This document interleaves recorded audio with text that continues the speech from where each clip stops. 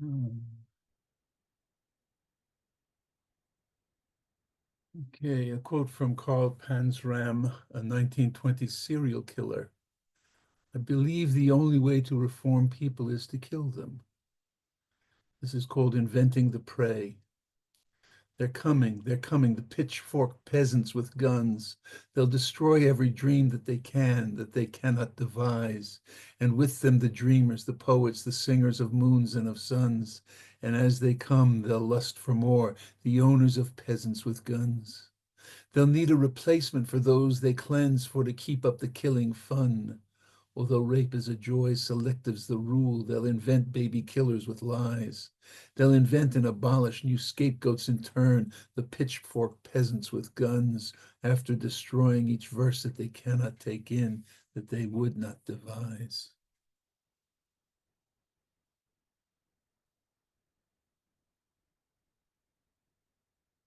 This is called Garden Path. I think of all the ways and whys my life is filled with random thought. The greatest sources have been the blows and the grief, the scars that glow. Like seeds and tubers, they are planted and grow in the way we've been taught. I think of all the paths and codes my life has followed in random thought. The joys that have marked me are temporary things, always subject to doubt. Music and sex and drugs and shared glee, the fragments of love that more easily flow. I think of all the highways and byways that have filled my life with random thought. Great sources pointing at love are duly the blows and the grief, the scars that glow.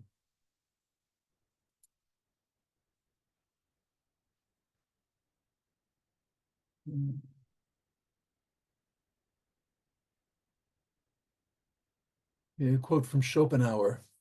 Sexual passion is the cause of war and the end of peace, the basis of what is serious, and consequently the concentration of all desire. This is called divine petition fallacy. We publicly pray for the end of war. Pray as we will, it will never end.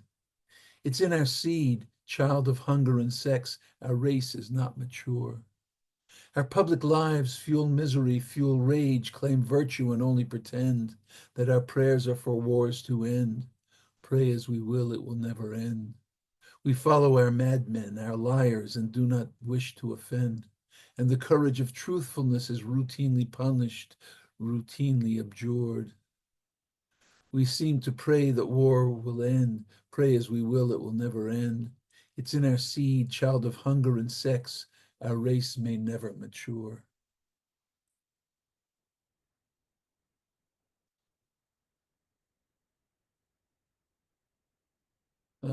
Quote from Dylan Thomas, you know the poem, because their words had forked no lightning. This is called YA fiction. I never thought I'd ever think of this or understand the poem is about myself. Life slid along so unattended, stuck in one or another form of almost youth. I starred in my own drama legend in my younger hometown and really on a shelf. I never thought I'd ever think of age or understand this life as for myself. I cared for this, I cared for that, but didn't think about their fucking dreams of wealth. I gave myself a goal to fall, as if you're any better. I tried and failed to live the truth. I never thought I'd ever think on death or understand my life as being for myself. Life slid along so unexamined, pushing one or another form of almost youth.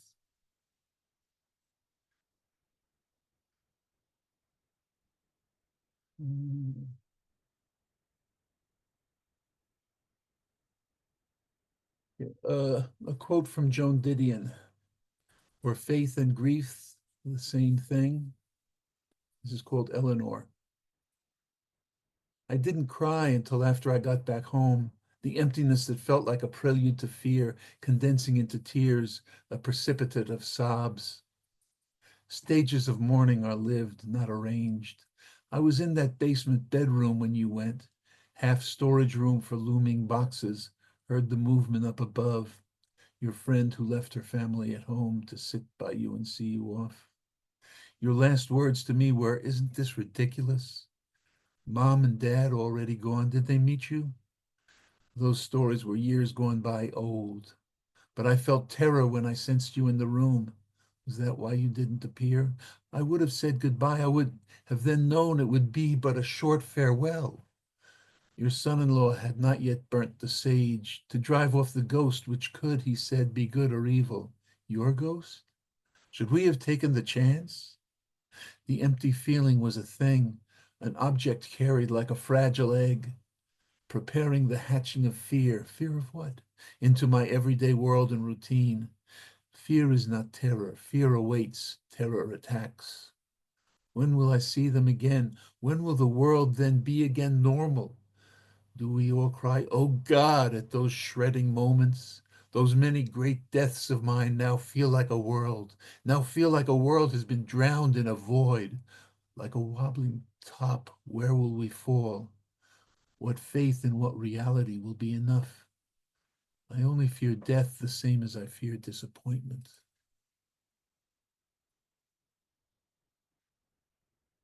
And to finish up, wait, wait, wait, wait. The powdery calm will fall. A splash of yellow across the sky will turn aside their rage. The guiding lines that crush our bones sing with deluding pride to force our keening a word. Whisper soft. Believe quite clear. The tears that well believe that truth and all will end in time. Wait, wait, wait, wait. Thank you.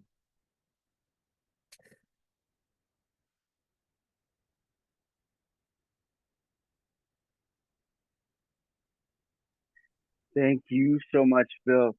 Uh, the emptiness that felt like a prelude to fear. Oh my. The way you word things is so powerful, and of course the rhythmic force adds to that. I think of all the paths and codes in my life, and you go into this wonderful uh, kind of reverie about where your life has gone in thought, not necessarily where your life has gone, but what a brilliant poem to try to follow you with that was grand, and the blows and the grief, the scars that glow. Oh my, what a striking statement that is. Scars that glow. Anyhow, as always, touched and impressed by your work, and thanks a million.